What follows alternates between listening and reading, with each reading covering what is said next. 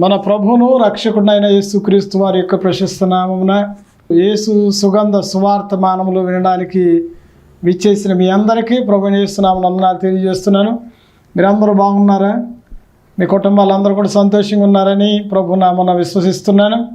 గత కాలం అంతా కూడా మిమ్మల్ని మీ కుటుంబ సభ్యులందరూ కూడా ఆయన హస్తముల కింద కాచి కాపాడిన దేవునికి మహిమ కలుగునుగాక. మరొకసారి దైవ వర్తమానం వినడానికి మీరు సిద్ధపడి వచ్చారు. ప్రభు మిమ్మల్ని ఈ వాక్యం ద్వారా దీవించి ఆశీర్వదించాలని మనస్ఫూర్తిగా కోరుకుంటున్నాను. ఒక నిమిషం కళ్ళు మూసుకున్నట్లయితే ప్రార్థన చేసి వాక్య బలంగా వెళదాం. యేసయ్యా, మమ్మల్ని మిక్కిలిగా ప్రేమించిన తండ్రి మీకు వందనాలు. మీ వాక్యమే మాకు నెమ్మదినిచ్చేది ప్రభా, మీ వాక్యమే మమ్మల్ని బలపరిచేది. మాతో మాట్లాడండి. మా అందరికి కావాల్సిన వర్తమానం మాకు దయచేయండి. మా హృదయాలు తెరవండి. మీ వాక్యం వినే చెవులు గ్రహించే హృదయం దయచేయండి. అర్థం చేసుకునే జ్ఞానం మాకు అనుగ్రహించమని యేసయ్య నామమున అడుగుచున్నాను తండ్రి, ఆమేన్. మంచి దేవుని వాక్యాన్ని మనం విందామండి. చూడండి, హెబ్రీయులకు రాసిన పత్రిక 13వ అధ్యాయము 6వ వచనం మనం ధ్యానం చేయడానికి ప్రయత్నం చేద్దాం. ప్రభువు నాకు సహాయకుడు, నేనెందుకు భయపడుదునో, నరమాత్రుడు నాకేమి చేయగలడు అంటాడు. చూడండి, సహాయం ప్రతి ఒక్క మనిషికి ఏదో ఒక పరిస్థితిలో సహాయం కావాలి. ఒక సహాయం అనేటువంటి దానికోసం ఎదురు చూస్తూ ఉంటారు. ఇటు భక్తుడు అంటాడు, ప్రభువు నాకు సహాయకుడు. మనకేదన్నా అవసరమైంది అనుకోండి, ఎవరు హెల్ప్ చేస్తారా, ఎవరు సపోర్ట్గా ఉంటారా అని అటు ఇటు ఎదుగుతాం, భయపడతాం. నాకు ఇప్పుడు అవసరం ఉంది, ఈ అవసరంలో నాకు ఎవరు సహాయం చేసేవాళ్ళు లేరు అన్నప్పుడు నాలో భయం కలుగుతుంది. పర్వాలేదు, నాకు ఒకళ్ళు అండగా ఉన్నారు, నాకు ఒకళ్ళు ఆధారంగా ఉన్నారు అనుకున్నప్పుడు నాకు ధైర్యం కలుగుతుంది. నిజంగా మనుషులు ఏం చేయగలరు అంటాడు ఆయన. మనుషులు ఎవరు కూడా మనకు సహాయంగా జీవితకాలం అంతా కూడా నిలబడరు. అన్ని సమయాల్లో మనతో ఉండరు. ఎప్పుడు కూడా మనకు సహాయం చేసేవాళ్ళు మనకు ఎప్పుడు అండగా ఉండరు. వాళ్ళకు కూడా కొన్ని సందర్భాల్లో సహాయం చేయలేని పరిస్థితులు ఉంటాయి. నీకు కావలసిన సహాయము నువ్వు అనుకున్న వాళ్ళ ద్వారా రానప్పుడు నీ దిగులు పడతావు, భయపడతావు. ఇప్పుడు మనము వేరే వాళ్ళ సహాయం కోరే కంటే ప్రతి సహాయము మన దేవుని దగ్గర నుండి మనకు అందుతుందన్న విషయాన్ని మనం తెలుసుకుంటే మనం ధైర్యంగా ఉండగలుగుతాం. 121వ కీర్తన మనం చదివితే అంటాడు, కొండల తట్టు నా కన్నులు ఎత్తుచున్నాను, నాకు సహాయం ఎక్కడి నుండి వచ్చును అంటాడు. కొండల తట్టు చూసినా మనకు సహాయం రాదు, మనుషుల తట్టు చూసినా మనకు సహాయం రాదు. చాలామంది మనుషుల వైపు చూస్తూ ఉంటారు. 118వ కీర్తన మనం చదివితే ఇక్కడ అంటాడు, మనుషులను నమ్ముట కంటే యెహోవాను ఆశ్రయించుట మేలు, రాజులను నమ్ముట కంటే యెహోవాను ఆశ్రయించుట మేలు. ఏ అధికారులు ఉన్నవాళ్ళు చాలామంది అలా చూస్తూ ఉంటారు. నాకు బాగా తెలిసిన వాళ్ళు ఉన్నారండి, నాకు ఏదైనా ఆపద వస్తే వాళ్ళు ఆదుకుంటారండి, నాకు ఏదైనా అవసరం వస్తే వాళ్ళు నాకు సహాయం చేస్తారండి అని ఒక ధైర్యంతో చాలామంది ఉంటారు. అదే వాళ్ళు సహాయం చేయలేని పరిస్థితిలో వాళ్ళు ఉన్నప్పుడు, సహాయం చేసేవాళ్ళు నీకు దూరం అయిపోయినప్పుడు అప్పుడు నీ పరిస్థితి ఎలా ఉంటుంది? మహాభయంకరమైన ఆందోళన ఉంటుంది. ఇంకెవరు నాకు సహాయపడతారు? నేను ఆపదలో ఉన్నప్పుడు నన్ను ఎవరు ఆదుకుంటారు? నాకు అవసరం ఉన్నప్పుడు నా అవసరాన్ని ఎవరు తీరుస్తారు? నేను ఒంటరిగా ఉన్నప్పుడు నాకు సహాయం ఎవరు నిలబడతారు అనేటువంటి కలవరం నీలోనికి వస్తుంది. ఇప్పుడు చెప్తున్నాను, ఇక్కడ భక్తుడు చెప్పిన విధంగా ప్రభువు నాకు సహాయకుడు, నేను భయపడను. మీరు కూడా ఆ ధైర్యం కలిగి ఉండాలని మీకు తెలియజేస్తూ ఉన్నాను. మనకు సహాయకుడు ప్రభువే. ఇక్కడ యెషయా గ్రంథం 41వ అధ్యాయం 10వ వచనం మనం చూస్తే, మీరు భయపడబాకండి, నేను నిన్ను ఏర్పాటు చేసుకున్నాను, నిన్ను పిలిచింది నేనే, నీకు సహాయం చేసేవాడు నేనే, నేను నీకు దేవుడిని అయి ఉన్నాను, నువ్వు భయపడొద్దు, దిగులు పడొద్దు, ఆందోళన చెందవద్దు, నీకు సహాయం చేసేవాడు నేనని దేవుడు స్వయంగా మనకి అభయాన్ని ఇస్తూ ఉన్నాడు. దేవుడే సహాయం చేసేవాడండి. మనుషులు అన్నీ సహాయం చేయలేరు. యేసుప్రభు ఒక మాట అన్నారు, మనకందరికి తెలిసిన వాక్యం, మత్తయి సువార్త 7వ అధ్యాయం 7వ వచనం అంటాడు, అడుగుడి మీకు ఇవ్వబడును, వెదకుడి మీకు దొరుకును, తట్టుడి మీకు తీయబడును. అడుగు ప్రతి వాడికి ఇవ్వబడి అని చెప్తా ఉంటుంది. అంటే అందరికి ఇచ్చేవాడు దేవుడు. మనుషులు ఆ మాట అంత ధైర్యంగా అనలేరు. ఎందుకంటే మనం అడిగేది వాళ్ళ దగ్గర ఉండకపోవచ్చు, వాళ్ళకి ఇచ్చే మనసు ఉండకపోవచ్చు. అందుకని ఏ మనిషి కూడా మనకి కావలసినంత సహాయము చెయ్యరు, కావలసినప్పుడు సహాయం చేయరు. అందుకని ఏ మనిషి కూడా మనకు అంత ధైర్యంగా వాగ్దానం చేయరు. దేవుడు మనకి ఎప్పుడు ఏ సహాయం కావాలన్నా చేస్తాడు, ఎంత సహాయం కావాలన్నా చేస్తాడు. అందుకే ఆయన అంటున్నాడు, నన్ను అడుగు నేను నీకు ఇస్తాను అంటున్నాడు. మనం దేవుని సహాయాన్ని అడగకుండా కొండల వైపు, మనుషుల వైపు, రాజుల వైపు, అధికారుల వైపు, ధనవంతుల వైపు, ఎవరో ఒకరి వైపు మనము పరుగెడతా ఉంటాం. వాళ్ళు నాకు సహాయం చేస్తారేమో, వీళ్ళు నాకు సపోర్ట్గా ఉంటారేమో, వీళ్ళు నాకు అండగా ఉంటారేమో, వీళ్ళు ఆధారంగా ఉంటారేమో, మనం అటు ఇటు పరుగెడతాం. అది మానేస్తే మంచిది. మనం చూడాల్సిన దేవుని చూడాలి. దేవుడు మనకి ఎన్ని రకాలుగా సహాయం చేస్తాడో, దేవుడు మనల్ని ఏ విధంగా ఆయన శ్రద్ధ మన పట్ల చూపించి మనకు సహాయము ఎటువైపు నుండి పంపిస్తాడో అన్న విషయాలు, కొద్ది నిమిషాలు మనం ధ్యానం చేయడానికి ప్రయత్నిద్దాం. దేవుడే మనకు సహాయకుడు. గుర్తుంచుకోండి, సృష్టికర్త అయిన దేవుడు, నిన్ను నిర్మించిన దేవుడు, ఆయనే నీకు సహాయం చేస్తా అంటాడు. ఇక్కడ మనం బైబిల్లో చదువుతా అంటాడు, ఆయన గుప్పిలు విప్పి ప్రతి జీవి కోరికలు సిద్ధింపజేస్తున్నాడు. అన్ని జీవుల కోరికలు సిద్ధింపజేసే దేవుడు అన్నిటికంటే శ్రేష్ఠులమైన మన కోరికను ఎందుకు తీర్చడు? మన అవసరాలు ఎందుకు తీర్చడు? మనకెందుకు ఆయన సహాయం చేయడు? అన్నిటికీ సహాయం చేసే దేవుడు. పులులకు, సింహాలకు, ఎలుగుబంట్లకు, ఏనుగులకు, పక్షులకు, ఆకాశ పక్షులకు, భూజంతువులన్నిటికీ సహాయం చేసే దేవుడు ఆయన రూపంలో ఉన్న నీకు, ఆయన పోలికలో ఉన్న నీకు, ఆయన నమ్ముకుని ఆయన ప్రార్థన చేసే నీకు దేవుడు సహాయం చేయకుండా ఉంటాడండి? తప్పనిసరిగా ఆయనే సహాయం చేస్తాడు. ఆయన మీద మీరు ఆధారపడండి. నాకు నా దేవుడు ఉన్నాడు, నాకు ఏ అవసరం వచ్చినా నా దేవుడు తీరుస్తాడనే ధైర్యంతో నువ్వు నిలబడాలని మనస్ఫూర్తిగా మిమ్మల్ని కోరుతున్నాను. ఇక్కడ ప్రభు నీకు సహాయం చేసేవాడు. ఇంకో విషయానికి మనం వచ్చి చూస్తే, హెబ్రీ పత్రిక 4వ అధ్యాయం 15వ వచనం 16వ వచనం చూస్తే, ఆయన అన్నిటిలో గుండా వెళ్ళినటువంటి వాడు. యేసుక్రీస్తు అన్ని శ్రమల్లో గుండా వెళ్ళినవాడు, శోధనలో గుండా వెళ్ళినవాడు, కష్టాల్లో గుండా వెళ్ళినవాడు, ఆయన అన్ని రకాల పరిస్థితుల గుండా వెళ్ళినవాడు కనుక ఆయన మనకు సహాయం చేసే దేవుడై ఉన్నాడు. దేవునికి స్తోత్రం కలుగుగా. హల్లెలూయా. యేసుక్రీస్తు అందరికీ సహాయం చేస్తాడు. ఎందుకంటే కష్టం అంటే ఆయనకు తెలుసు. అన్ని పెయిన్స్లో కూడా ఆయన వెళ్ళినవాడు, అన్ని రకాల శోధనలో కూడా ఆయన వెళ్ళినవాడు. శోధింపబడే వారికి ఆయన సహాయం చేస్తాడు, శ్రమ పడే వాళ్ళకి ఆయన సహాయం చేస్తాడు, ఏమైనా ఒంటరిగా ఉన్న వాళ్ళకి ఆయన సహాయం చేస్తాడు.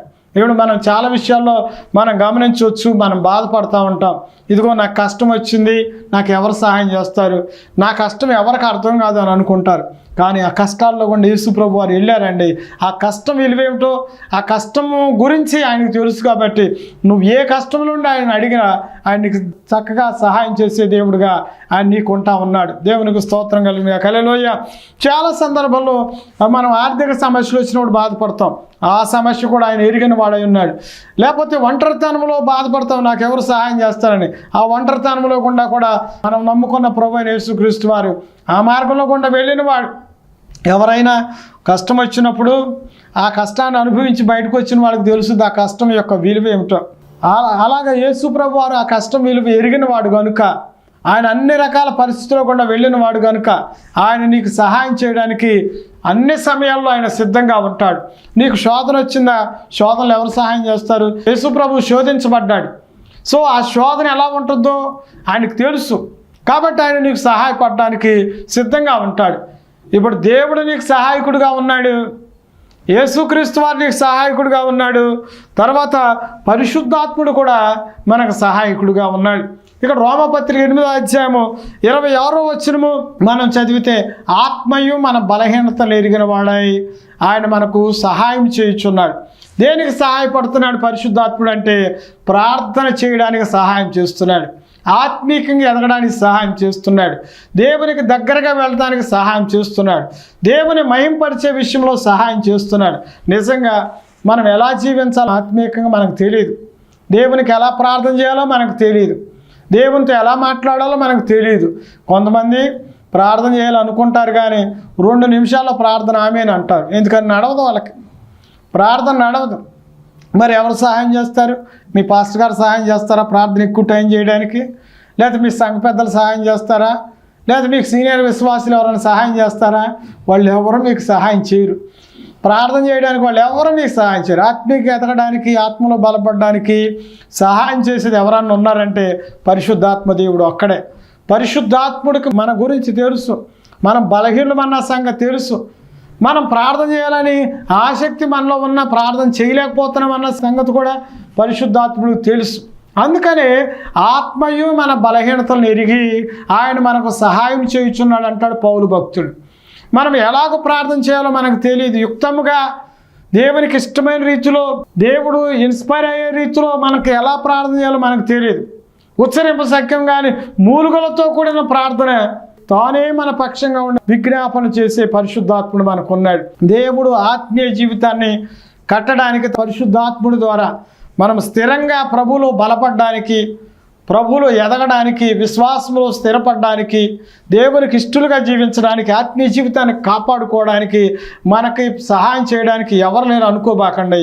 పరిశుద్ధాత్ముడు మీకు ఎప్పుడు తోడుగా ఉంటాడు. ఆయన అంటాడు, ఆయన మీతో ఉంటాడు, ఆయన మీలో ఉంటాడు, ఆయన మిమ్మల్ని సర్వసత్యంలోనికి నడిపిస్తాడు. యేసుక్రీస్తు వారే అన్నారు, నేను వెళుతున్నాను, మీరేం కంగారు పడబాకండి, ఆందోళన చెందబాకండి, నేను వెళ్ళి తండ్రిని వేడుకుంటాను, వేరొక ఆదరణకర్తను మిమ్మల్ని ఆదరించడానికి నేను పంపించమని అడుగుతాను, ఆయన పంపిస్తాడు. నేను మిమ్మల్ని అనాథలుగా విడువను, నేను మీ యొద్దకు వస్తానని చెప్పాడు. అన్న ప్రకారమే పెంతెకోస్తు దినమందు ఆ యేసు ప్రభు యొక్క శిష్యులు 120 మంది మేడగదిలో ఉండి ప్రార్థన చేస్తున్నప్పుడు 10 రోజుల తర్వాత పరిశుద్ధాత్ముడు వాళ్ళ మీదకి వచ్చాడు. వాళ్ళందరూ ఆత్మీయతతో అభిషేకించబడ్డారు. వాళ్ళు అన్య భాషలతో మాట్లాడుతూ దేవుని ఆరాధన చేశారు, దేవుని స్తుతించారు, దేవుని మహింపరిచారు. ఆ రోజు నుండి వాళ్ళు ఎంతో బోల్డ్గా వాళ్ళు దేవుని సువార్తను ప్రకటించారు. చాలా మంచి సాక్షులుగా దేశాలు తిరిగి వాళ్ళు దేవునికి సాక్ష్యం చెప్పారు, యేసుక్రీస్తుకు సాక్షులుగా జీవించారు. అలాగే దేవుల్లో నిలబడడానికి, దేవుల్లో స్థిరపడడానికి, దేవుని కోసం నమ్మకంగా జీవించడానికి మీకు ఎవరు సహాయం చేయాలని మీరు బాధపడబాకండి. ఇదిగో నాకు ప్రార్థన నడవట్లేదు, పలానా వాళ్ళని అడిగితే వాళ్ళు నాకు హెల్ప్ చేయట్లేదు అని బాధపడబాకండి. దేవుని సహాయం కోరుకోండి, ఆయన ఆత్మే మీకు సహాయపడతాడు. పరిశుద్ధాత్ముడు మీరు ప్రార్థన చేయడానికి సహాయం చేస్తాడు. గంటల తరబడి దేవుని సన్నిధిలో ఉండి మొరపెట్టే కృప పరిశుద్ధాత్మ దేవుడు మీకు ఇస్తాడు. ఉచ్చరింప సఖ్యంగా నేనేనా ప్రార్థన చేసింది ఇలాగా, ఇంతసేపు చేసింది నేనేనా అని ఆశ్చర్యంతో మీరు ఉండేటువంటి పరిస్థితిలోనికి పరిశుద్ధాత్మ దేవుడు మిమ్మల్ని నడిపిస్తాడు. ఇంత సహాయం మీకు పరిశుద్ధాత్మ ద్వారా దేవుడు మీకు అనుగ్రహిస్తాడు. కాబట్టి ప్రియ దేవుని బిడ్డలారా గమనించండి, దేవుడు నీకు సహాయం చేస్తాడు. యేసుక్రీస్తు వారు నీకు సహాయం చేస్తాడు, పరిశుద్ధాత్ముడు నీకు సహాయం చేస్తాడు. ఇంకా కొన్ని విషయాలు మనం ధ్యానం చేస్తే దేవదూతలు కూడా మనకు సహాయం చేస్తాయంట. 91వ కీర్తన మనం చూస్తే ఆయన దూతలు తమ చేతుల మీద నిన్ను ఎత్తి పట్టుకుంటారంటండి. దేవదూతల సహాయం కూడా నీకు ఉంది. నువ్వు ప్రయాణం చేస్తున్నావు. 34వ కీర్తన అంటాడు, యెహోవా యందు భయభక్తులు గల వారి చుట్టూ ఆయన దూతలు కావలియుండి వారిని రక్షించును అంటాడు. అంటే దేవుడు ఎన్ని రకాలుగా నీకు సహాయం పంపిస్తున్నాడు అర్థం చేసుకోండి. ప్రయాణంలో క్షేమంగా వెళ్ళడానికి సహాయం చేయడానికి ఆయన దూతలను పంపిస్తున్నాడు.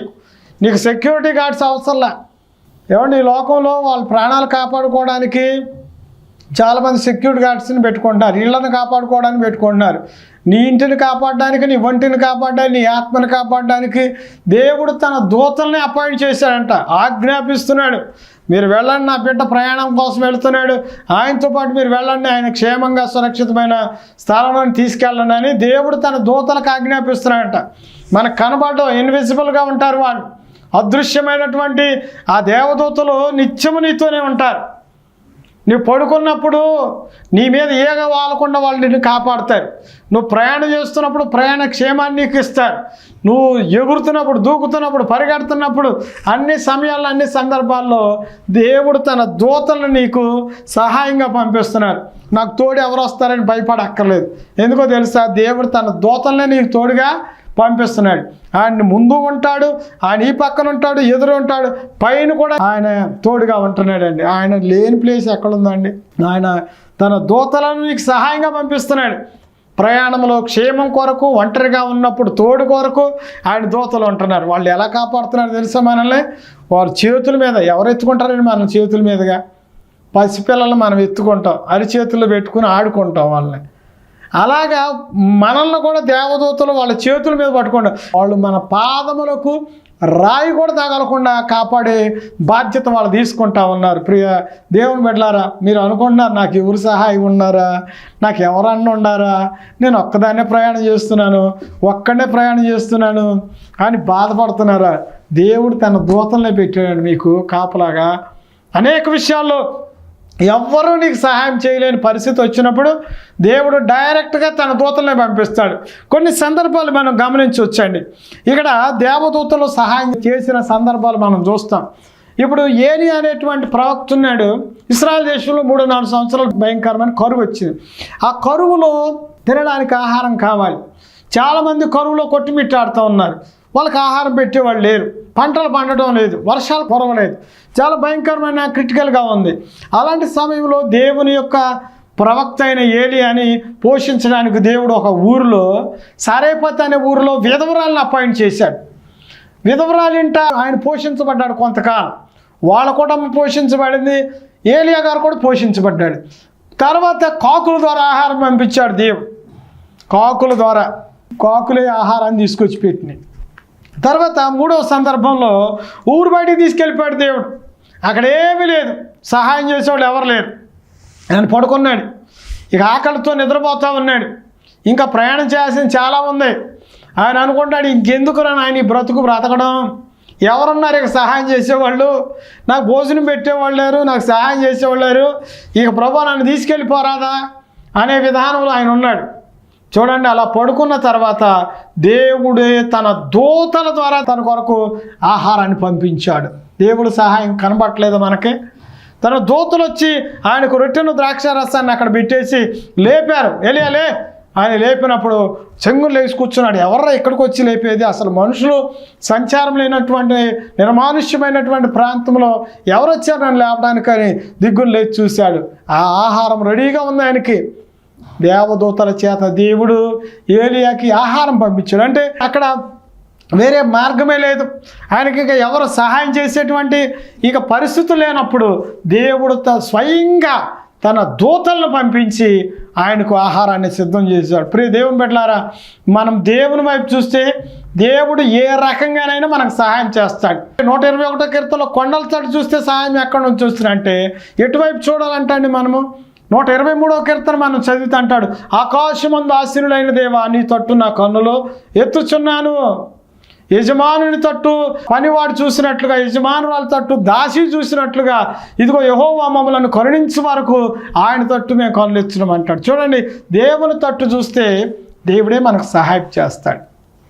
ఏలియా దేవుని ప్రవక్త. ఏలియా దేవుని కొరకు రోషం కలిగి నిలబడినటువంటి గొప్ప ప్రవక్త. దేవుడు ఆయన ఆకలితో చంపేవాడు కాదు. దేవుడు ఎవరిని కూడా ఆకలితో చంపడండి, పోషించే దేవుడు. ఎవరు పోషించే వాళ్ళు లేనప్పుడు, ఎవరు నీకు సహాయం చేసేవాళ్ళు లేనప్పుడు స్వయంగా దేవుడే తన దూత ద్వారా నీకు సహాయం పంపిస్తాడు. ఇలాంటి సందర్భాలు మనం అనేకం చూడగలుగుతాం.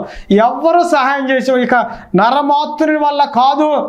అదే మనం ముందు చదివినటువంటి వాక్యం అంటాడు, ప్రభువే నాకు సహాయకుడు, నేను ఎందుకు భయపడతాను, నరమాతృడు నాకేం చేయగలడు అంటాడు. నరమాతృడు ఏమీ చేయలేనప్పుడు, ఆదుకునే వాళ్ళు నీ దగ్గర లేనప్పుడు, సహాయం చేసేవాళ్ళు నీకు ఎవరో లేనప్పుడు దేవుడే తన దూతను పంపిస్తాడు. ఇప్పుడు చూడండి, షడ్రకు మెషకు అబేద్నెగోల్ని అగ్నిగుండంలో పడేశారు.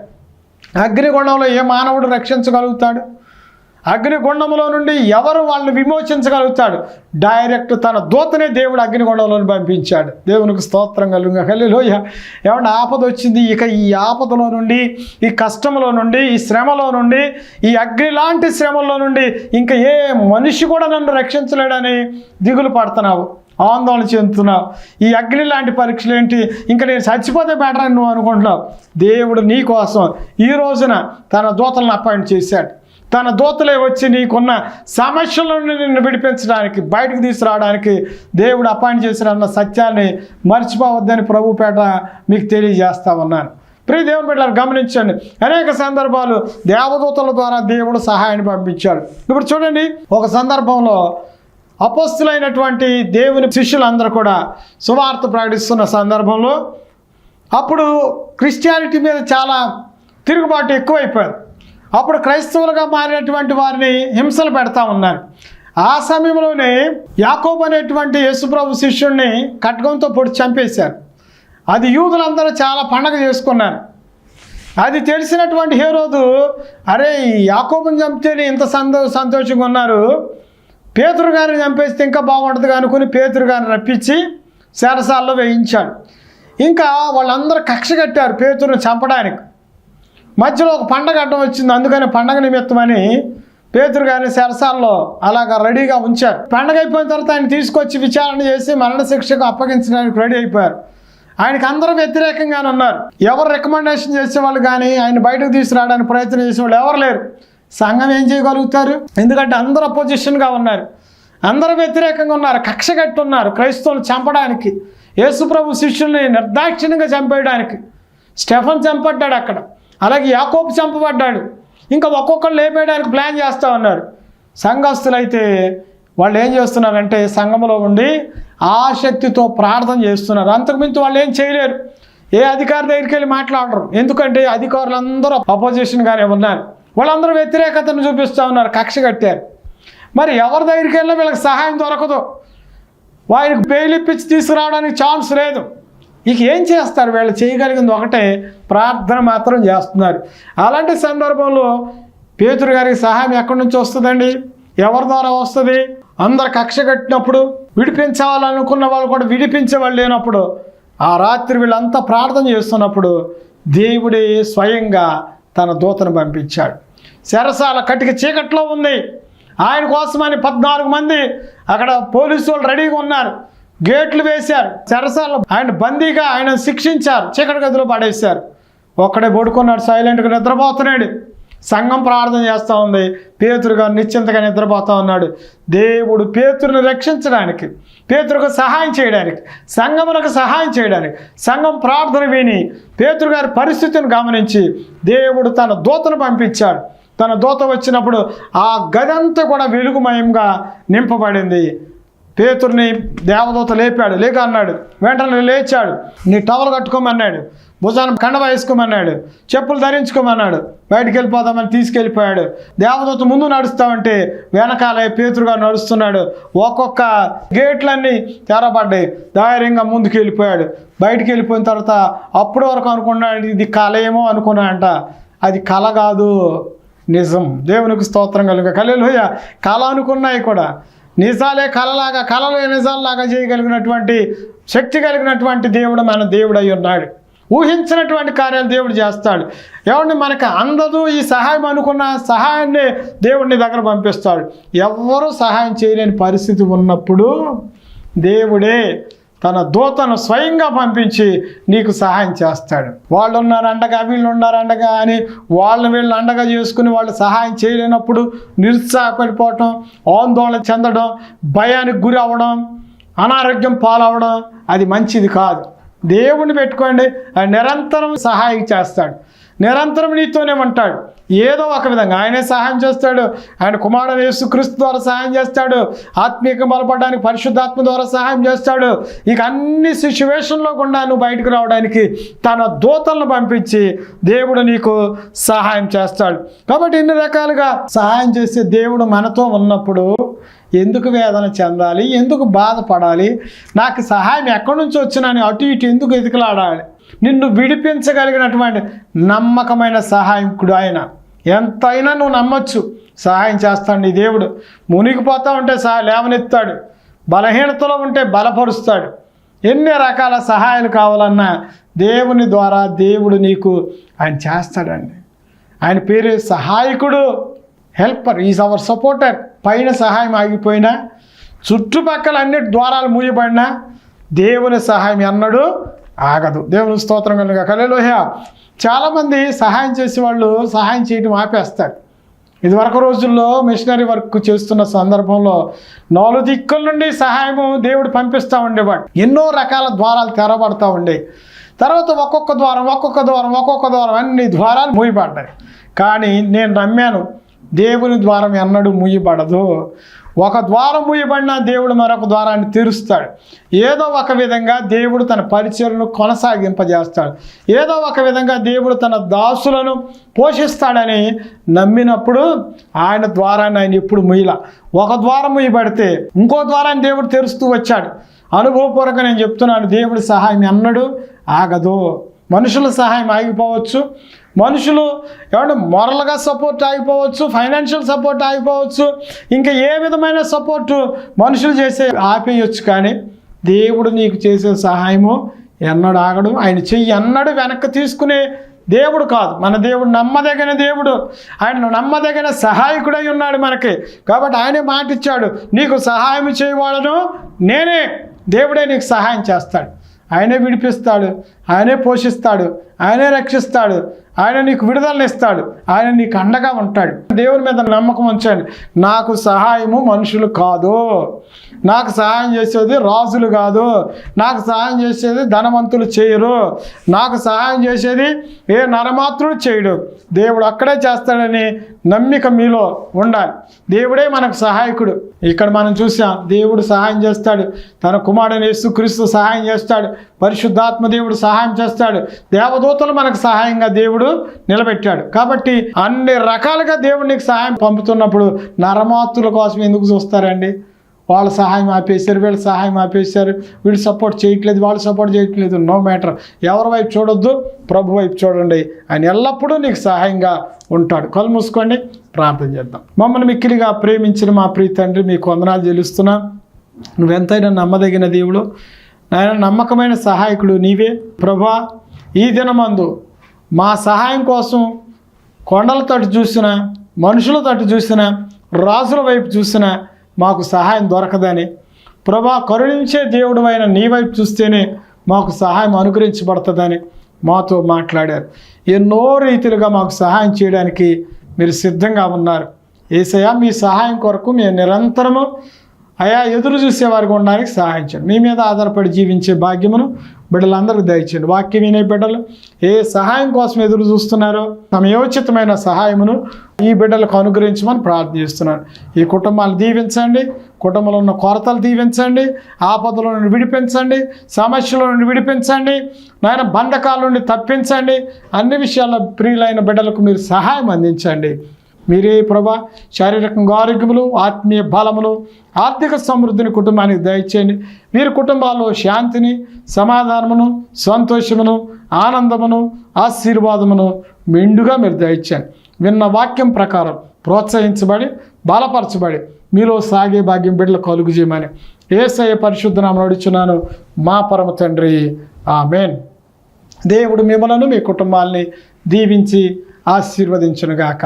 మీకు కనబడే ఫోన్ నెంబర్లు బట్టి మీరు ఫోన్ చేయొచ్చు, మెసేజ్లు పంపొచ్చు. మీ ప్రార్థన అవసరాలు మాకు తెలియచేయండి. ప్రభు కృప మీకు తోడుగా ఉండునుగాక. God bless you.